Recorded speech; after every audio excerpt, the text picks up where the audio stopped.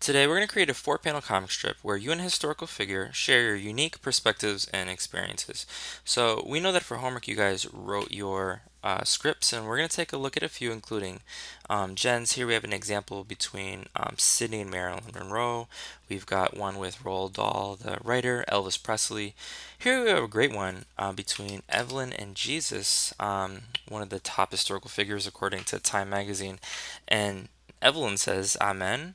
And then in the Jesus descends from above. And in the second panel, Evelyn says, Jesus, is that you?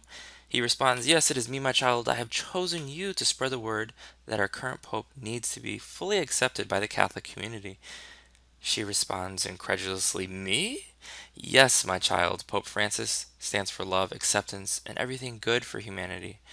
Evelyn says, I will do whatever it takes to spread the word. Thank you, my child, Jesus says. Now I shall help you in your long journey to spread the word. So there's nothing especially amusing about this comic, right? But it's compelling, it's timely, it's relevant. This is excellent work. Here we have another one with maybe multiple historical figures between Ken and Stalin, in which Ken says, Quit Stalin, be my Valentine. Joseph Stalin says, I don't know, I have a boyfriend. Ken says, Damn, fine, I don't need you. I'll take my communist ideas to China. And then he says, Mao Zedong, you are the chairman of my heart. And I don't know if or how he responds, but very amusing nonetheless.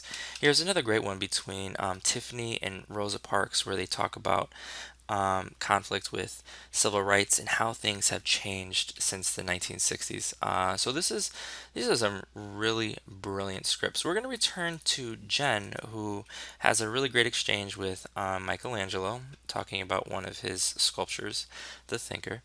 And so what I know is that we're going to be using the PNGs that we already selected and cut out for our last comic, right? And we're also going to be searching for historical figures. Many of the historical figures were around prior to the advent of photography, so the only visual representation we have is an illustration or a self-portrait. So here's Michelangelo. I actually just snagged this one, and I did a little bit of research.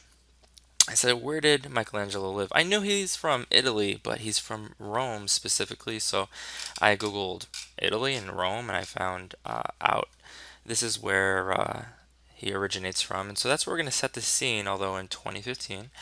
And a very quick draft I did just a moment ago. I grabbed Jen from the PNG.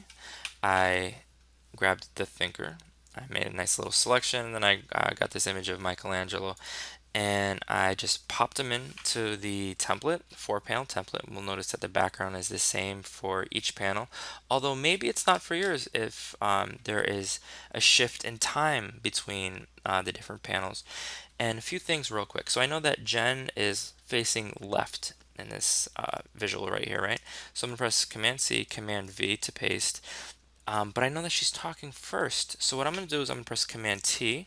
And then if I go to the top where it says W, we know that stands for width. And if I pop in a negative sign, it's going to go from 100% to negative 100%. And that's going to just simply mirror that original image. And then we'll press Command T. We're going to shrink her down so the top of her head is at about the midpoint, because we definitely want to leave space for text.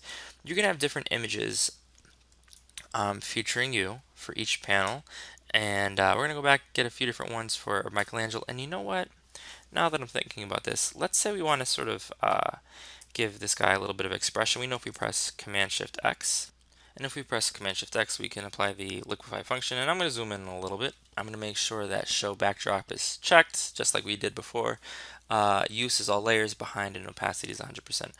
I'm going to use the Forward Warp tool, and let's say we want to change his expressions just a little bit.